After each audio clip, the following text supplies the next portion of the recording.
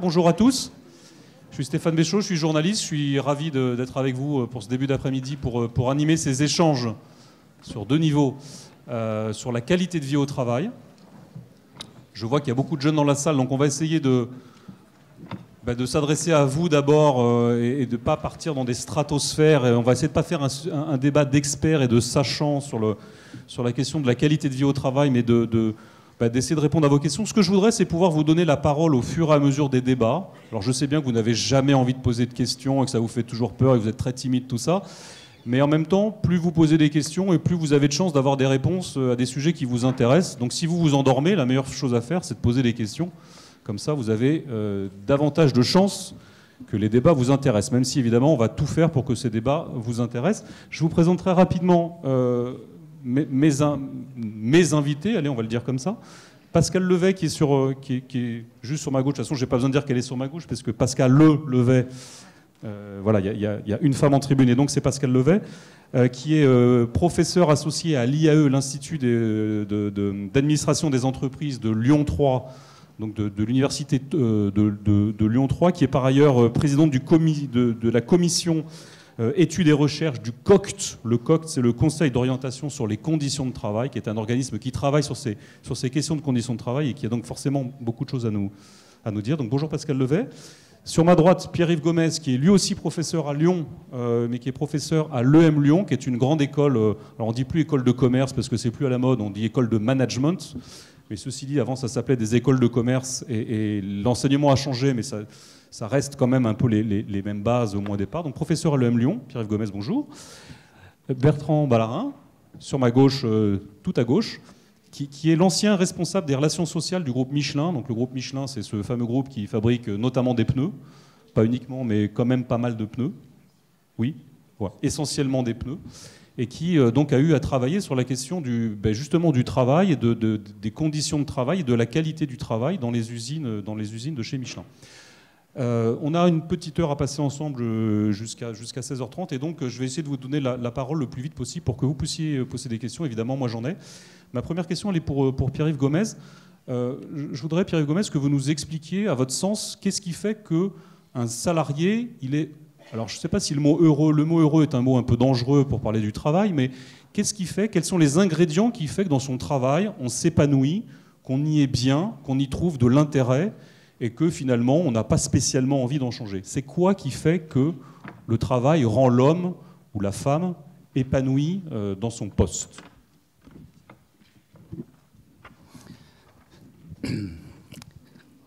Alors déjà, je crois qu'il faut éviter bonheur, même épanouissement, c'est limite. Commençons par quelque chose de simple. Qu'est-ce qui fait qu'on est bien ? Qu'on est bien au travail. D'ailleurs, on pourrait faire un sondage. Si je posais la question ici, je suis sûr, je vais faire la question et la réponse. Je suis sûr que les plus jeunes vont dire ce qui m'attire au travail, c'est le salaire. Oui ? Et les plus anciens disent autre chose. Ils disent peut-être le salaire et un travail dans lequel je ne travaille pas trop, avec des horaires qui me permettent de faire autre chose, non ? Je ne sais pas, j'imagine ça comme ça. Le salaire et en plus pas de travail. Non. On a fait faire une enquête par mes étudiants à EM Lyon avant leur premier stage.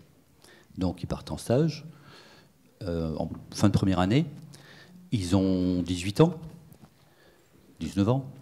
Et on fait faire une enquête avant la cohorte qui part, avant le stage et après le stage. Avant le stage, à la réponse, pour vous, c'est quoi un bon travail ? Ils répondent, ou même un bon stage, ils répondent, c'est un stage bien rémunéré. C'est un travail bien rémunéré, en premier.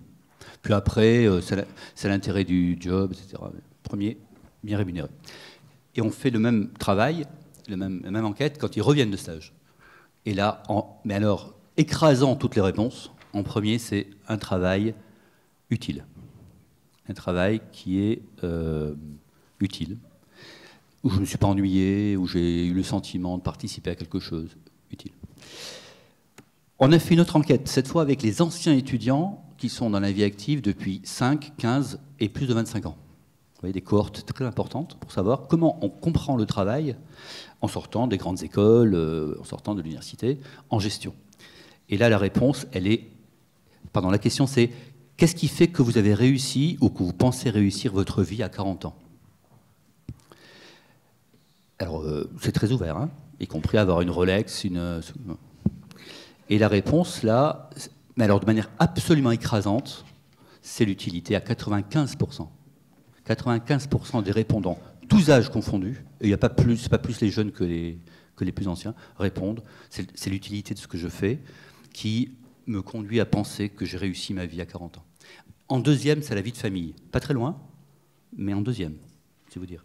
Et après, vous avez, de manière beaucoup plus faible, participé à un comité de direction, gérer 100 personnes. On avait comme ça des items, vous voyez, l'importance, et le salaire. En fait, ça arrive autour de 30%. Donc, ce qui est écrasant, c'est l'utilité. Ce qui fait qu'on est bien au travail, c'est qu'on se sent utile. On se sent utile dans son travail ou c'est son métier qui est utile? Je prends un exemple, si je suis policier, je fais un métier qui est utile, j'imagine que je peux être pas très bien dans mon travail en étant policier alors que c'est un métier qui est utile. Je peux être enseignant, c'est un métier qui est utile. Hein, on est d'accord, nos amis les jeunes, c'est utile d'être enseignant et en même temps, j'imagine qu'il y a des enseignants qui sont mal dans leur travail. Donc est-ce que c'est le métier qui doit être utile ou est-ce qu'on doit se sentir soi-même utile dans son travail? C'est les deux. En fait, les enquêtes montrent que le premier niveau d'utilité, c'est l'utilité par rapport à son travail, par rapport à ce qu'on a à faire.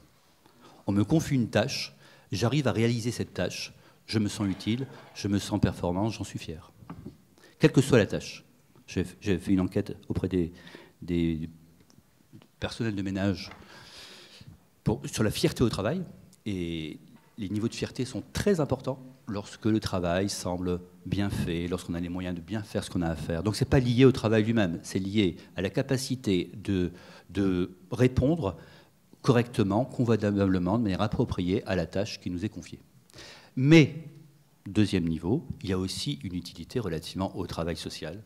Et effectivement, lorsqu'on est infirmière ou infirmier, ce n'est pas tout à fait la même chose que lorsqu'on est, et je ne dirais pas quoi, parce que ça serait désobligeant pour les personnes qui auraient ce métier. Mais, donc, et c'est vrai que lorsqu'on est, mettons, infirmier, on a une relation à l'utilité qui est plus large que l'utilité de son travail. C'est l'utilité de la fonction elle-même. Ce qui, d'ailleurs, expliquera des situations où on est mal au travail, précisément, parce que, alors qu'on pense que le travail est utile, on sait que le travail est utile, on n'arrive pas à le réaliser. Il est empêché, comme on dit dans la littérature, il est empêché. Et donc, plus le travail, pas notre travail privé, hein, pas notre travail personnel, mais notre activité semble utile à la société, et moins on a l'impression de pouvoir vraiment bien le réaliser, et plus on sera malheureux au travail. Donc, vous voyez, c'est plus compliqué que... Il y a des métiers qui rendent heureux. Il y a des tas de jeunes qui viennent me voir, vous voyez, depuis 30 ans que j'enseigne, tous les ans, il y a des jeunes qui viennent me voir en disant « C'est quoi le métier qui m'irait bien? C'est quoi ma vocation ?» D'abord, je dis ben, « Réfléchis et cherche ce qui te rend heureux, déjà, à titre privé, on verra pied après. » Mais quoi qu'il en soit, il n'existe pas un métier, le boulot, qui rend heureux. Il existe une adéquation entre ce que l'on fait et ce qu'on nous demande de faire, et donc une certaine fierté à avoir réalisé ce qu'on a fait, et il existe une certaine fierté à réaliser un travail qui est utile plus largement à la société et aux autres, deux. Pascal Levet, je voudrais vous faire agir. Est-ce que vous considérez vous aussi qu'un métier réussi dans lequel on est bien, c'est pas d'abord un métier dans lequel on gagne bien sa vie et dans lequel on ne travaille pas trop? En écoutant votre question, bien sûr, et en écoutant les réponses de Pierre-Yves, il me semble que peut-être ce qu'on peut partager ici, qui me semble vraiment important, c'est que pendant longtemps, quand même, c'est pas une question ahistorique, ce qu'on se pose. Elle est quand même drôlement située dans l'histoire des luttes sociales, de la construction des appareils productifs, des attentes sociétales, etc. Donc pendant très longtemps, une bonne place, un bon travail renvoyait à un imaginaire qui était quand même un imaginaire qui n'a plus rien à voir avec celui d'aujourd'hui et qui était très centré sur la sécurité, etc. Et par exemple, la question de la rémunération. C'était probablement beaucoup plus difficile d'être distrait de cette question à une époque où ça n'allait pas forcément de soi, d'avoir la possibilité d'accéder, notamment par exemple dans un grand groupe, à des avantages sociaux, à tout un tas de trucs avec lesquels on pouvait se sécuriser et envisager construire un patrimoine, une vie, un avenir pour ses gosses, etc. Toutes ces conditions-là ont énormément changé et l'incertitude qu'il y a aujourd'hui sur un certain nombre de sujets, aussi la critique profonde qu'il y a des modèles de développement de nos sociétés font que, effectivement, des questions qu'on aurait pu penser régler reviennent à l'agenda. Par exemple, la question du sens de ce qu'on fait, par exemple, la question de l'intérêt qu'il y a à faire ce qu'on fait. Et là, effectivement, ce que je trouve éventuellement intéressant à compléter, c'est le fait que, au-delà du métier, ce qui compte beaucoup dans ce qu'évoquait Pierre-Yves Gomez, ce qui compte beaucoup, c'est ce qui se joue dans l'activité.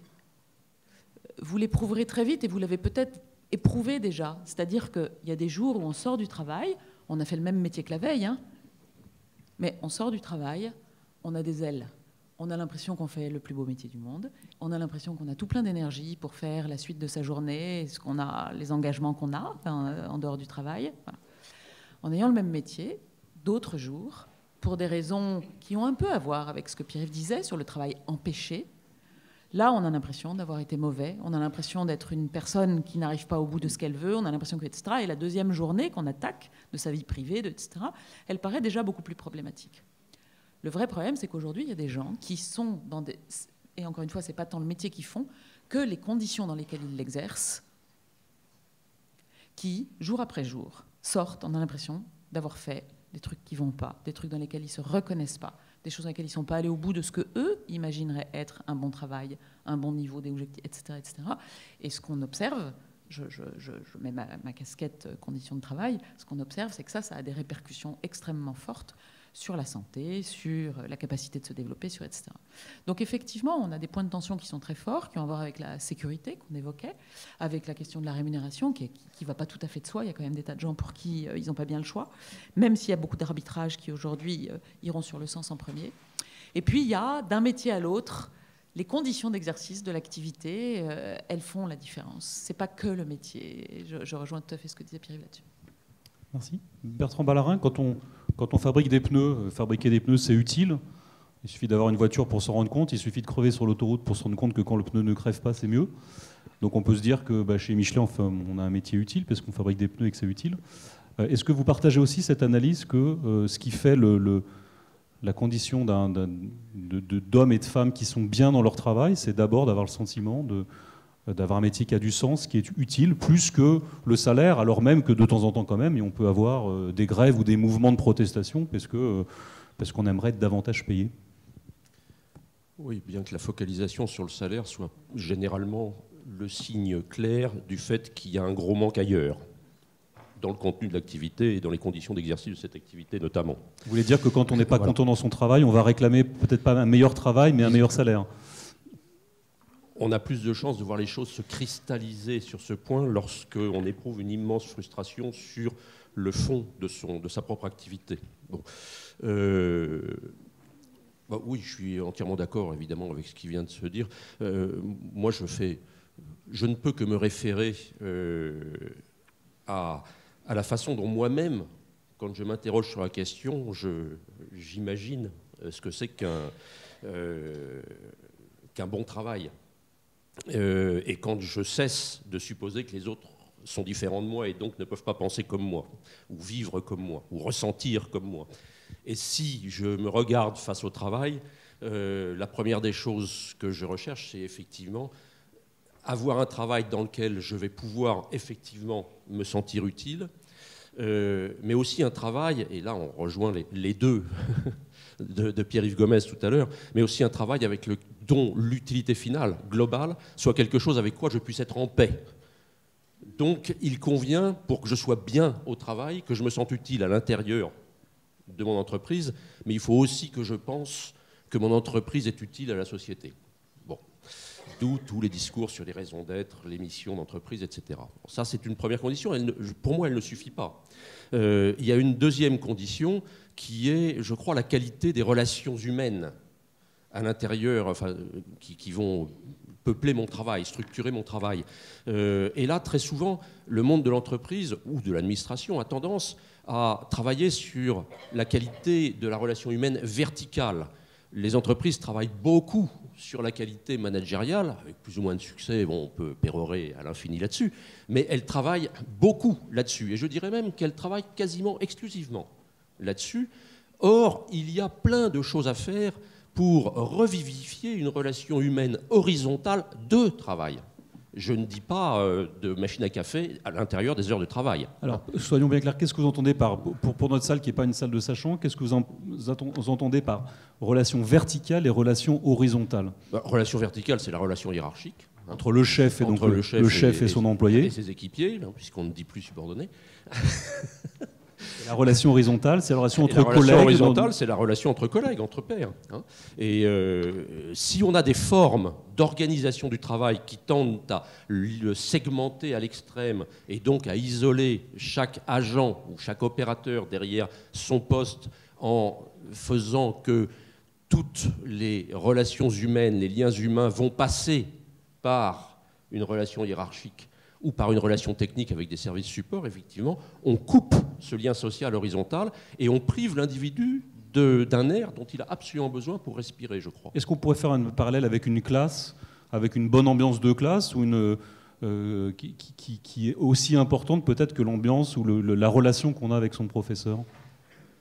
Je pense que oui. La question, encore une fois, c'est, je faisais référence à l'ambiance autour de la machine à café au moment de la pause. Pour moi, on peut avoir une très bonne ambiance entre des collègues pendant les pauses à la machine à café, ou pendant le casse-croûte quand on est dans une usine, mais ça ne veut pas dire qu'il y a une relation vivante lorsqu'on revient derrière les machines et qu'on est réellement au travail.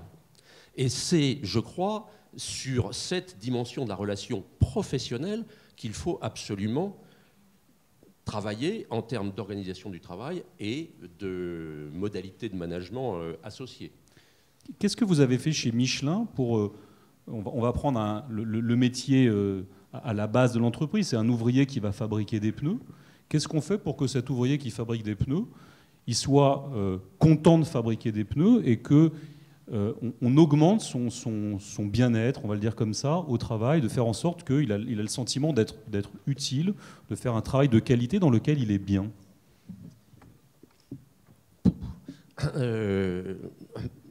Je crois qu'on est dans de la fabrication. Bon. Donc partons dans ce monde-là, j'espère que vous l'imaginez un petit peu. Donc des individus derrière des machines, voilà, et qui font un travail très concret, très physique, très manuel. Dites-nous, décrivez-nous ce travail. Qu'est-ce qu'on fait en fait? Et très répétitif. On met des ingrédients. Enfin, comment est-ce qu'on fait? On met des ingrédients, oui, des nappes de caoutchouc, si vous voulez. Enfin bon, je simplifie à l'extrême. Mais on met des nappes de caoutchouc sur une machine, on les superpose suivant des cotes qui sont extrêmement précises. On fait ça généralement à la main. C'est fabriqué à la main, un pneu. Et donc, c'est fatigant, c'est difficile. Oui, c'est ergonomiquement exigeant, c'est difficile. Il peut y avoir du bruit dans l'atelier, des odeurs, etc. Donc c'est un travail qui est assez exigeant sur le plan psychologique et physique. Et ce qu'on va essayer de faire, c'est qu'on va, sans renoncer à l'organisation scientifique du travail, parce que, bon, il faut quand même être organisé si on veut gagner un petit peu d'argent. Mais sans renoncer à cette organisation scientifique du travail, on va flouter, si j'ose dire, troubler, déplacer les frontières entre ce que font ceux qui fabriquent et ce que fait le reste de l'usine, c'est-à-dire une chaîne managériale et des services techniques de maintenance, de qualité, d'organisation industrielle, que sais-je encore. Voilà. Aujourd'hui, dans l'organisation classique, il y a ceux qui ne font que poser des produits sur une machine et il y a ceux qui résolvent les problèmes et qui prennent les décisions. Bon. Donc, à partir du moment, alors le choix qui a été fait chez Michelin, c'est de rompre cette séparation stricte et de faire en sorte qu'il y ait tout un tas de décisions, un maximum de décisions et tout un tas d'aléas de fabrication qui puissent être réglés par les ouvriers eux-mêmes entre eux. Bon. Et c'est en faisant ça qu'on répartit à l'intérieur des équipes de fabrication des compétences techniques qui viennent s'additionner aux compétences qu'ils ont pour fabriquer, stricto sensu, au sens strict du terme en français, et c'est là qu'ils vont échanger de la compétence pour régler les problèmes les uns des autres. Et là, on reconstitue ce lien social professionnel dans l'activité. Et ça me semble être essentiel, parce que le lien humain, l'homme étant un animal social, c'est la nourriture de l'individu au travail comme ailleurs. Pierre Gomez, je voudrais qu'on revienne sur cette question finalement sur la question des métiers. On pourrait se dire, il y a quand même des métiers qui sont difficiles. Il y a des entreprises dans lesquelles les gens sont mal payés, font des métiers qui comme ça paraissent pas très intéressants, et d'autres entreprises dans lesquelles on peut se dire, quand je suis trader en bourse, que je gagne très bien ma vie, et je peux me dire, forcément le trader il est très heureux parce qu'il gagne très bien sa vie. Est-ce qu'il y a des métiers quand même, ou des entreprises dans lesquelles être bien au travail, c'est quand même extrêmement compliqué parce qu'on fait un métier qui est très dur et dans lequel le bien-être au travail, l'être bien dans son travail est particulièrement difficile, alors qu'il y a d'autres endroits où ce serait quasiment une évidence qu'on est bien dans son travail.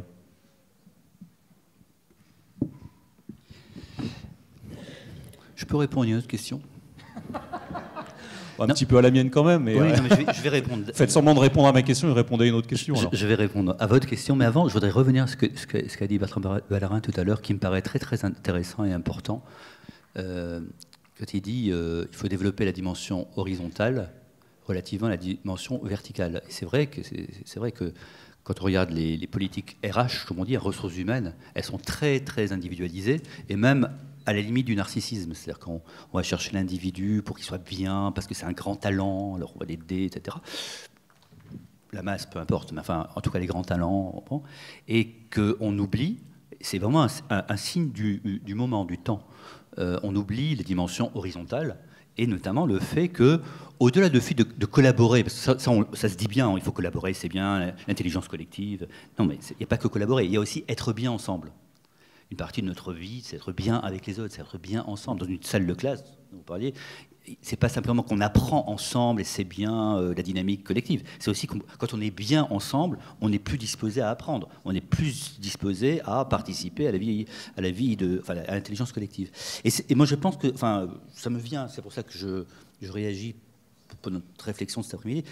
Je pense que c'est un vrai sujet aujourd'hui dans les entreprises. Il y a parce que notre société est très individualiste. Regardez la consommation, par exemple. De plus en plus, on va consommer chez soi, au lieu d'aller au restaurant. On se fait livrer. Amazon nous évite l'expérience du collectif, de la file d'attente, c'est vrai, ennuyeuse, hein, qui nous paraît même horrible aujourd'hui. Hein, la file d'attente à la caisse, c'est pas terrible, mais qui est une expérience de vie collective. Ça disparaît au profit d'une relation très individualiste à la consommation. Et c'est vrai pour le travail, et c'est vrai pour la qualité de vie au travail. En tout cas, moi, sur un autre sujet qui est très proche, c'est l'expérience collaborateur. Et on se rend compte que l'expérience collaborateur est très pensée de manière, comme ça, exactement, verticale, et pas vraiment horizontale. Voilà, je voulais juste dire ça, mais je réponds à votre question, bien sûr, qui était, est-ce qu'il y a des métiers où on n'est plus... où il y a plus d'appétence à être heureux, et d'autres, on l'est pas. C'est très compliqué. C'est très compliqué. Vous connaissez les travaux d'Hannah Arendt, de son mari Gunther Anders. Et ça, les jeunes lisaient un jour au moins un petit bouquin de Gunther Anders qui s'appelle « Nous, les enfants d'Eichmann » et qui parle beaucoup du travail et qui montre qu'on peut être très heureux dans un camp de concentration en organisant le massacre des autres. On peut s'accomplir parce qu'on fait ça très très bien, on est très content et ça marche bien. Et finalement, on a trouvé des solutions à des problèmes. Donc, si on ne prend pas le recul dont on parlait tout à l'heure, le niveau 2, le recul sur ce que l'on fait, vous voyez, il y a un risque à trop mettre le curseur sur le bonheur des personnes sans tenir compte de l'utilité de ce qu'elles font. Et sans intégrer dans le bonheur personnel l'utilité commune. Sans quoi, encore une fois, on peut être très heureux à organiser des trains de la mort. Moi, j'avais fait une expérience qui m'a rendu célèbre. J'avais demandé à mes étudiants d'organiser un train, à la fin de mon cours de stratégie, un train pour qu'il aille le plus vite possible à un endroit donné. Tous les groupes se mettent dessus, ils s'enthousiasment, ils trouvent une solution. Super. Et je leur dis, mais vous n'avez pas demandé où va le train? Et je projette une photo d'Auschwitz. Vous n'avez pas demandé pourquoi vous travaillez? Et donc, vous voyez, pour donner un élément de réponse, attention à tout ce qui se dit aujourd'hui sur le travail personnel et individuel et sur l'épanouissement. C'est pour ça que j'étais réticent au mot bonheur. Parce que ce bonheur, il doit être quand même inclus dans l'horizontalité dont on parlait à l'instant, dans ce collectif, cette utilité pour tous. Donc, est-ce qu'il y a des métiers qui, moi, de toutes les expériences que j'ai menées, que je mène, des observations, ça passe pas par là. Vous voyez, j'ai donné l'exemple des femmes de ménage parce que je trouve que dans un de mes derniers bouquins, j'avais observé ça. Et ben, ces personnes étaient très, je ne vais pas dire heureuses, épanouies, les mots sont déplacés, mais vous voyez, très adaptées, voilà, très fières de ce qu'elles faisaient. Et je connais des traders, et pas mal, qui ne sont pas fiers du tout de ce qu'ils font et qui vivent une vie épouvantable, même s'ils gagnent beaucoup d'argent. Parce que c'est aussi extrêmement... Voilà, ça c'est l'idée qu'on a de l'extérieur, c'est parce qu'on gagne beaucoup d'argent, on est heureux. Non, c'est très dense, c'est très violent. Donc c'est pas aussi simple que... Ça serait tellement beau si dans la vie, vous savez, il y aurait les bons métiers, et puis les mauvais métiers, puis on éliminerait les mauvais métiers, comme ça on garderait que les bons, et les bons seraient meilleurs. Eh ben non, ça passe au milieu. Il peut y avoir un métier d'infirmière où on souffre horriblement, comme c'est le cas aujourd'hui dans l'hôpital pour des raisons d'organisation, et un métier beaucoup moins utile où on trouve un certain épanouissement parce qu'on a rempli ses grilles, on est content en fin de journée. De la même façon, quand on fait un métier dans un placard, on n'a pas de métier, en fait, on est payé à ne rien faire, on pourrait se dire que c'est le bonheur sur Terre. En fait, absolument pas, c'est tout sauf un paradis. Quand on ne fait rien de sa journée, on a beau gagner très correctement sa vie, on rentre chez soi particulièrement déprimé et on fait très vite une grosse dépression parce que ce métier n'a aucun sens et qu'il ne suffit pas de gagner sa vie pour avoir un métier. C'est même une torture, c'est de donner de l'argent à quelqu'un pour ne rien faire, c'est une forme de torture sociale. Hein. Est-ce que vous avez des questions à ce... Moi j'en ai évidemment d'autres, mais est-ce que vous avez envie de réagir? Est-ce qu'il y a des choses qui déjà vous interrogent? Si vous faites abstraction de votre... Monsieur.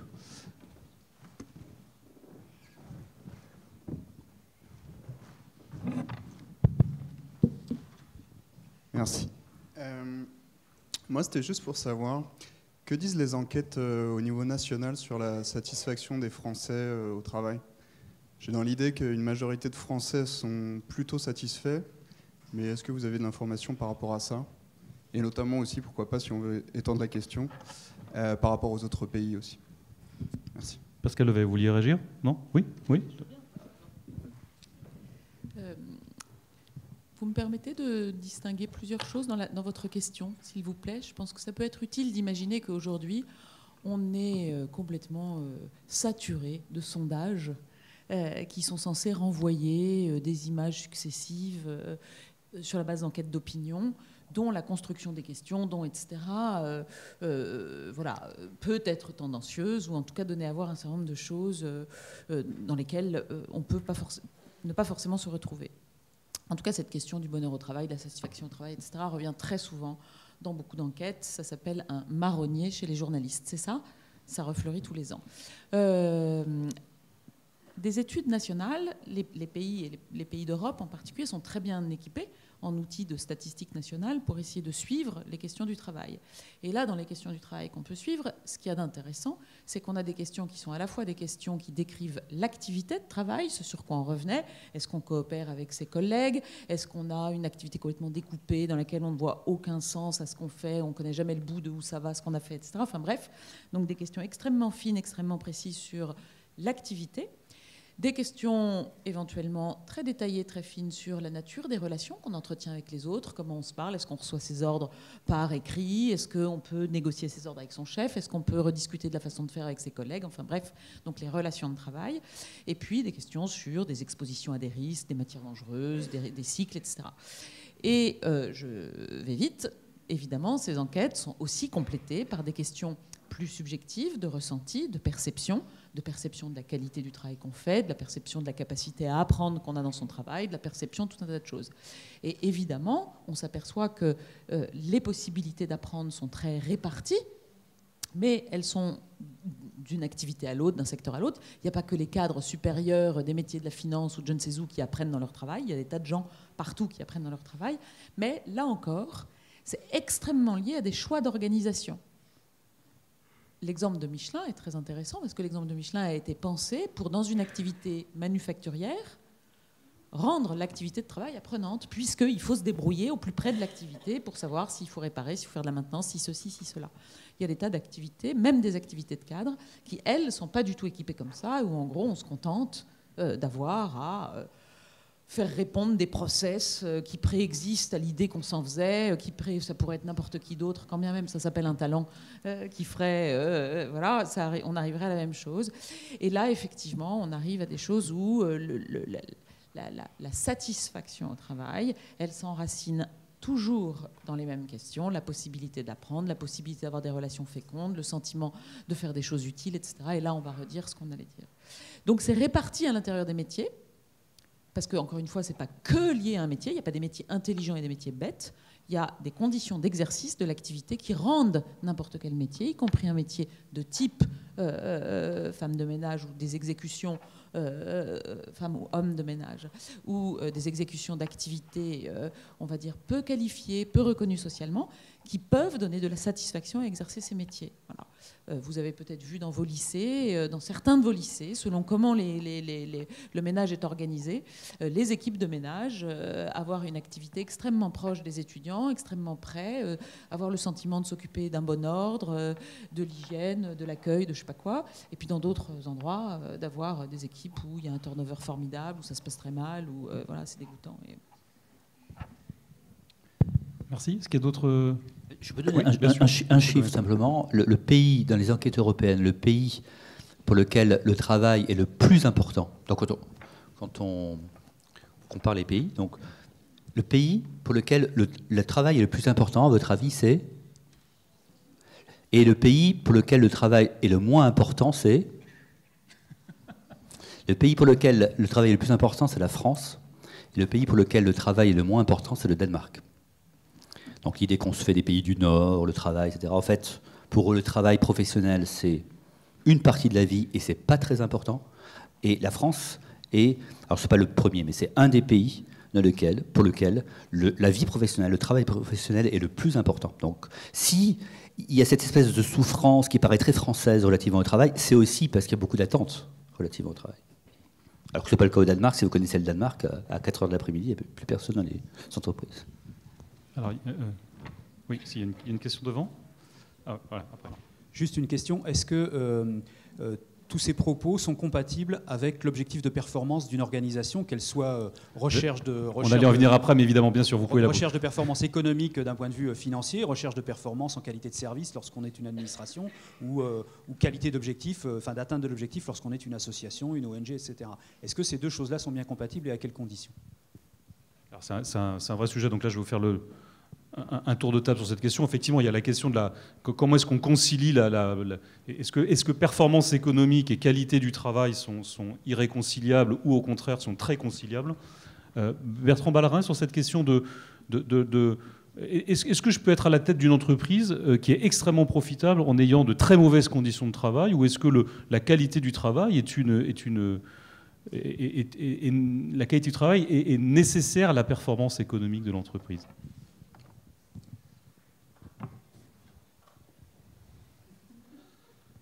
À la première question, la réponse est évidemment oui. On le voit tous les jours. Est-ce que...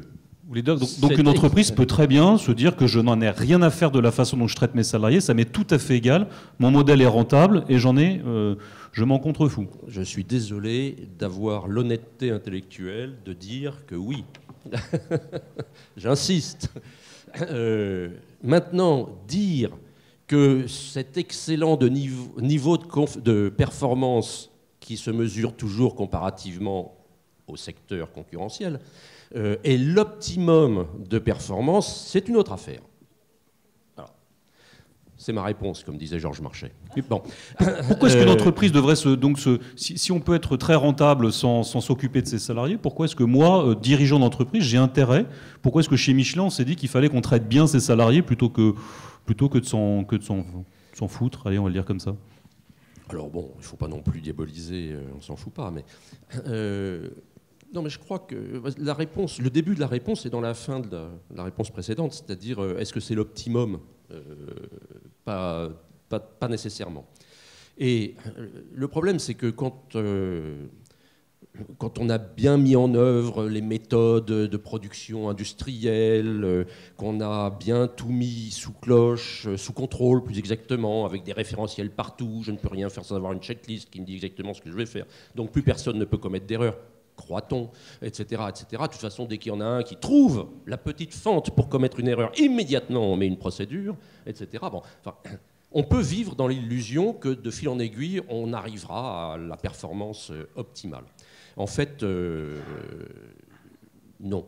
Alors déjà, c'est une question sur laquelle moi j'ai toujours refusé de répondre instantanément par performance, qualité de vie au travail. Et qualité du travail, parce qu'au centre de la qualité de vie au travail, moi je mets la qualité du travail. Et je pense que c'est une chose, alors je le dis franchement parce que je travaille plus chez personne, mais de toute façon je le disais déjà quand je travaillais chez quelqu'un, y compris à l'intérieur de l'entreprise, c'est une obligation morale de l'entreprise. Une entreprise, c'est une communauté humaine dans laquelle il y a des gens qui sont puissants, des gens qui sont vulnérables, et les puissants s'occupent des vulnérables. Bon, j'insiste pas. Bon, tout le monde se comprend. Donc ça, il y a déjà ça. Ensuite, quand on parle de cet optimum de performance, le problème, c'est que quand on travaille sur la vraie motivation, la vraie satisfaction, la vraie conscience professionnelle autoportée, on s'aperçoit que quand il y a ces éléments que Pascal Levet évoquait tout à l'heure, hein, où on se sent vraiment bien, où on se dit j'ai fait une super journée, etc., il y a en fait, ça produit ces états, hein, ça produit un changement, ce que Yves Clos, derrière Vygotsky, appelle un changement général de la vitalité. Bon, voilà. Et une entreprise qui sait laisser ça s'épanouir, autrement que par l'exhortation, hein, se dote d'un avantage concurrentiel énorme. Bon. Ensuite, ce qu'il faut bien voir, c'est que tous ces efforts que font les entreprises, et pas seulement les plus grandes, hein, quand vous y regardez bien, tous ces efforts qu'elles font pour tout mettre sur contrôle, ça a un coût considérable.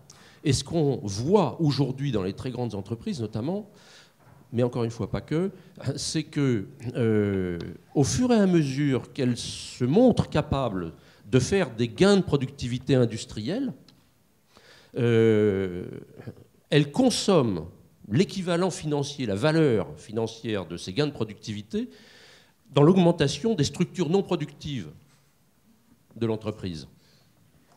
Et je connais des exemples dans lesquels, au centime près, en 5 ans, on avait gommé tous les efforts industriels. Bon. Donc, oui, comparativement aux autres qui fonctionnent de la même façon, on paraît compétitif, mais quand on se projette dans le lendemain et qu'on se dit qu'est-ce qui va faire que je vais être plus que les autres demain, quand on est arrivé aux limites des méthodes, on libère les énergies, comme on dit. Voilà. Et puis la dernière chose, c'est que aujourd'hui, vous ne trouverez plus une entreprise qui ne va pas incanter, si je puis dire, sur l'agilité, la flexibilité, la réactivité, l'innovation, etc. Bon, plus les mots reviennent, plus ça veut dire que la réalité n'est pas tout à fait là. Hein.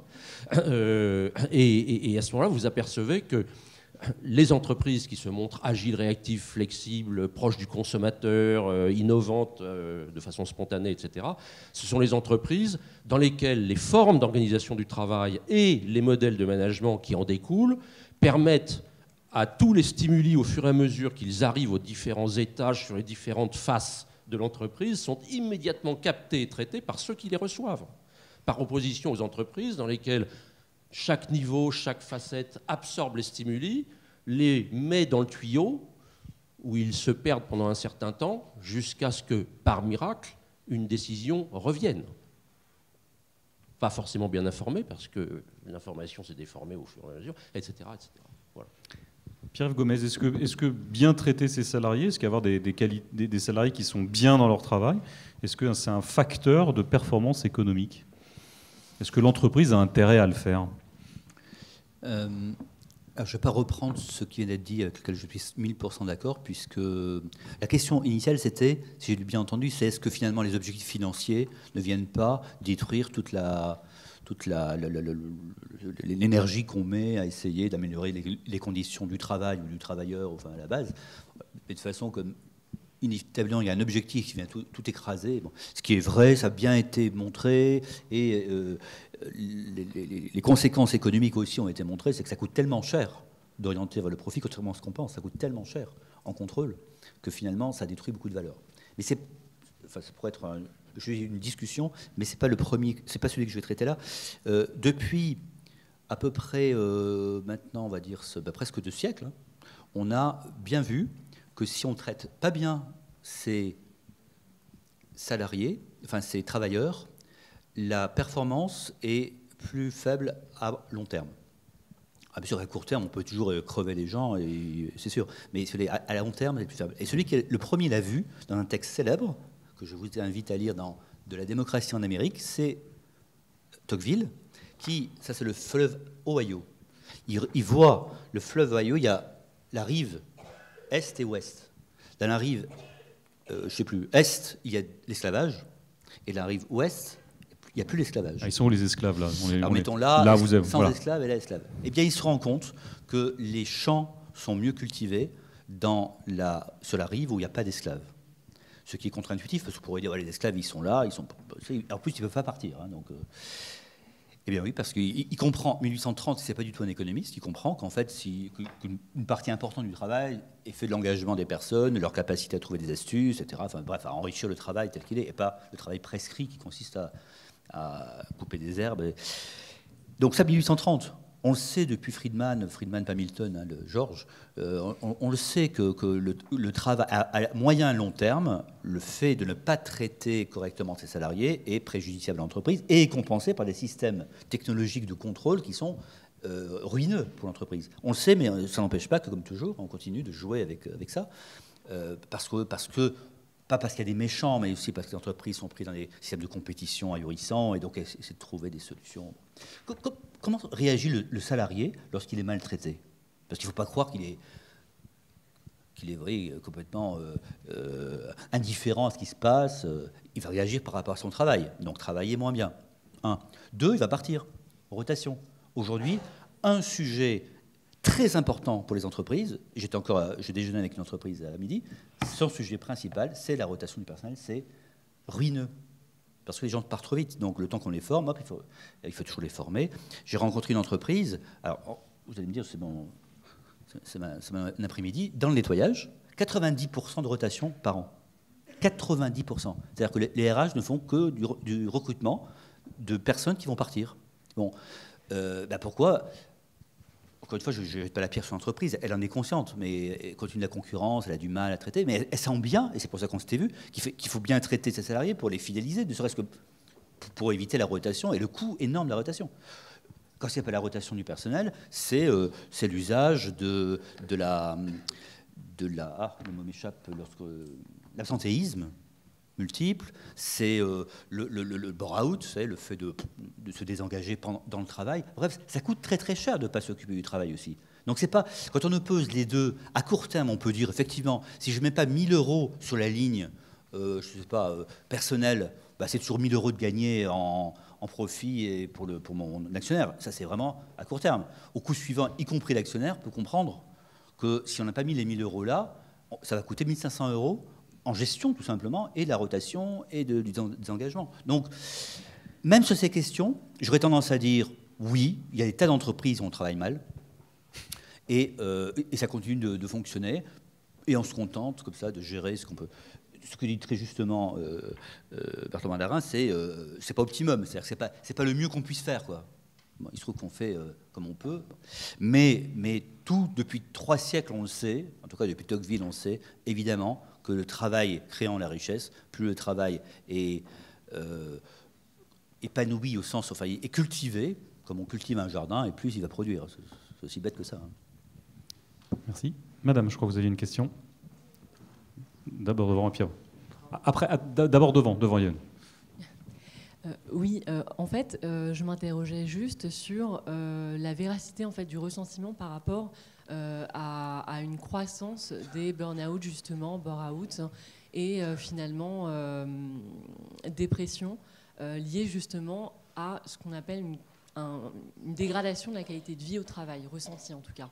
C'est une impression, c'était une question, est-ce une réalité ou est-ce que c'est juste une surmédiatisation en fait, du phénomène Et le deuxième point, c'était par rapport à ce propos justement qui tendait à cibler cette focalisation sur finalement ce côté vertical, effectivement, qui est assez, je pense, vrai. Est-ce que, clairement, c'est pas davantage l'affaire des salariés, charge aux salariés, finalement, d'être acteurs de l'amélioration de leur qualité de vie au travail, alors que dans les débats, on a le sentiment souvent qu'on repose en fait le grand de cette responsabilité sur le dos de l'employeur. Donc contribution de l'employeur, oui, mais est-ce que le salarié, dans sa manière, dans son rapport au travail, ne devrait-il pas être davantage acteur en fait ? Merci de vos questions. Pascal Levet, sur la première, est-ce que c'est une impression, un ressenti, ou est-ce qu'on peut effectivement parler d'une explosion, d'une augmentation en tout cas, des dépressions, des burn-out, des bore-out, enfin de toute cette souffrance au travail dont on parle effectivement beaucoup dans les médias? Est-ce que c'est un ressenti ou est-ce qu'il y a un phénomène de fond? Votre question est intéressante parce que très souvent, quand on a voulu... C'est difficile de capter l'activité de travail. Vous voyez bien, dans nos exemples, on situe un certain nombre de choses. Donc du coup, on a des approches qu'on appelle très symptomatiques pour voir si ça va ou si ça ne va pas. Est-ce que le travail blesse? Est-ce que le travail fait mal? Est-ce que le travail... etc. Donc c'est le symptôme, l'absentéisme, les erreurs, voilà, qui révèlent que peut-être il y a un truc qui se passe du côté du travail. Et au cours des dernières années, on a observé d'une part un courant chez les gens les plus initiés du fait que le travail n'avait pas que des effets physiques, mais il y avait aussi des effets sur la santé mentale. Or, on s'était longtemps interdit de penser à ça comme ça. Premier courant. Et deuxième courant, un courant dans lequel, comment on allait interpréter cela. Et autour de ces interprétations, il y a beaucoup de controverses aujourd'hui. Une controverse entre ceux qui voudraient effectivement augmenter le signal, la capacité à signaler que les activités de travail ont des effets, et auquel cas ceux-là militent par exemple pour que le burn-out soit reconnu comme maladie professionnelle, donc que ce soit de la responsabilité de l'employeur.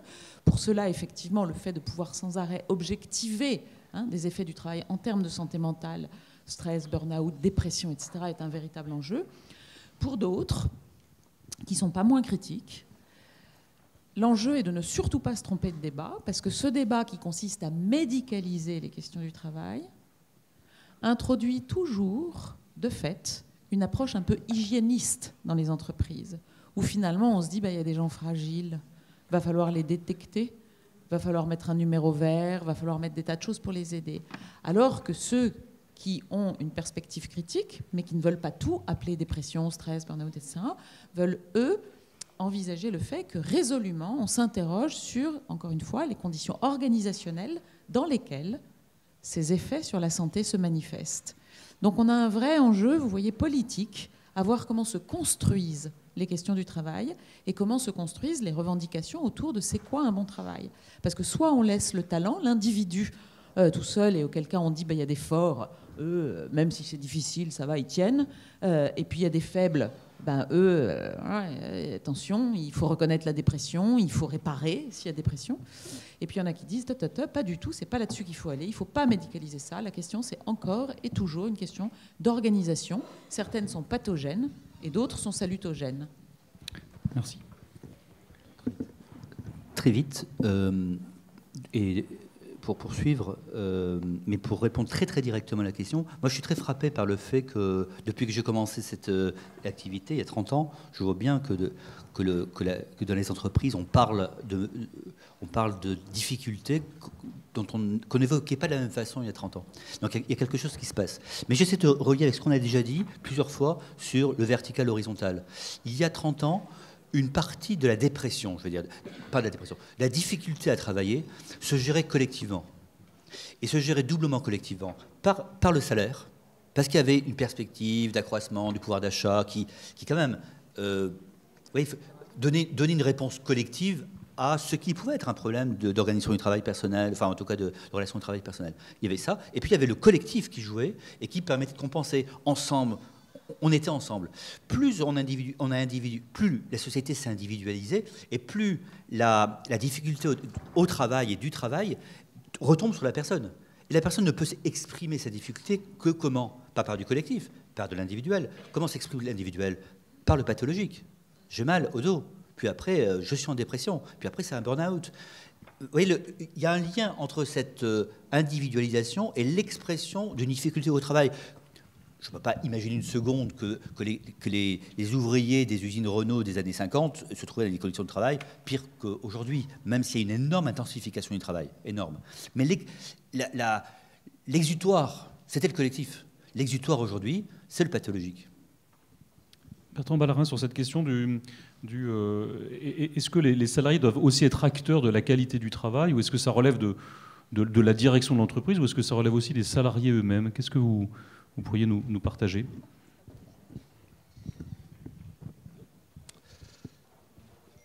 Je pense vraiment que... Enfin, en tout cas, c'est la voie que j'ai toujours privilégiée. Je ne sais pas si c'est la bonne. Mais je pense que c'est aux salariés de s'emparer de la question. Ce qu'ils ne feront pas si la chaîne managériale ne crée pas les conditions pour qu'ils le fassent effectivement. Bon. Mais j'ai été 8 ans directeur d'usine, et puis j'avais fait le même genre de boulot avant ailleurs. Donc j'ai vu beaucoup de gens travailler sur le terrain, j'ai passé des heures à observer des machines tourner. Vous voyez comment je le dis, hein? Regardez les machines tourner. Non, j'ai vu des hommes faire tourner les machines. Bon.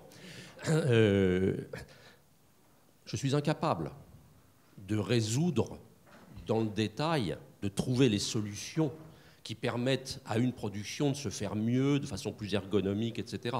Bien sûr, j'ai des ingénieurs qui savent faire des analyses de poste, calculer des temps, machin, truc. Mais on ne fait jamais mieux que quand on le fait avec les gens qui tiennent le poste. Après, je dirais que, et ça a été vraiment le débat, et c'est toujours un objet de discussion que j'ai avec Yves Clos,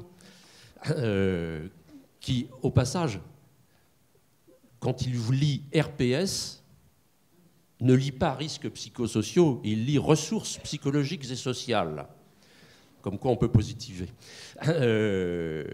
Mais soit vous faites ça en créant des procédures et une sorte de structuration en marge de l'activité de travail telle qu'elle se fait au jour le jour, soit vous trouvez un moyen de faire en sorte que ce qu'il appelle, lui, j'aime beaucoup Yves Clos, au cas où vous ne l'auriez pas compris, ce qu'il appelle, lui, le travail sur le travail, se fasse naturellement par l'organisation du travail même. C'est ce que nous avons essayé de mettre en place chez Michelin. Il faut toujours être modeste, et donc on va garder le « essayer de ». Et puis, mais je crois vraiment que c'est chez eux qu'est la réponse, mais qu'ils ne la donneront que si on les autorise et si on les habilite à le faire. Alors on va prendre une dernière question parce qu'il est quasiment 16h. Ah, je suis désolé. Je crois qu'il y a des débats derrière, hein, donc il faut vraiment qu'on rende le micro à 16h30. Voilà. Oui, alors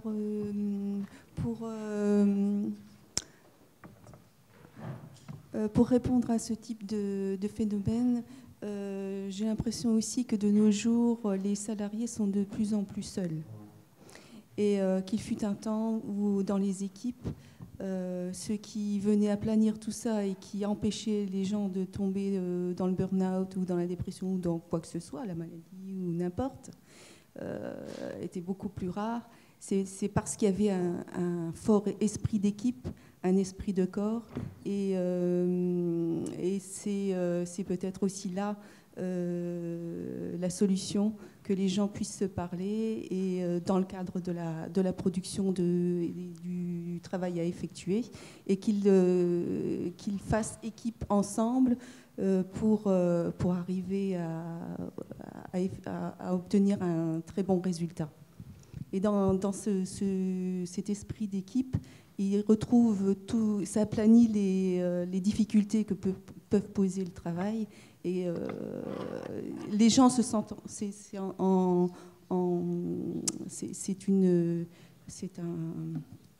moyen d'éviter que les salariés se trouvent seuls.